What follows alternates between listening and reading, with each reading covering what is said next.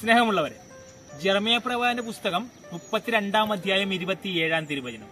ഞാൻ സകല മനുഷ്യരുടെ ദൈവമായ കർത്താവാണ്, എനിക്ക് അസാധ്യമായി എന്തെങ്കിലും ഉണ്ടോ?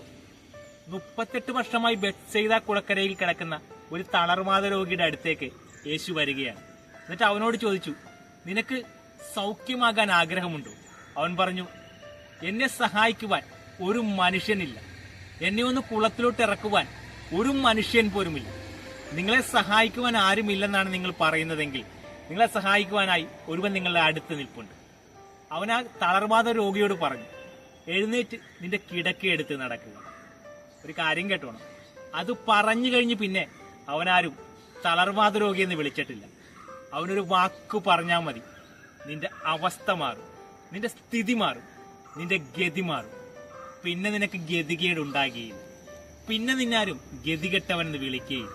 കർത്താവിൽ വിശ്വസിക്കുക, ദൈവം കൂടെയുണ്ട്, ദൈവം അനുഗ്രഹിക്കുക.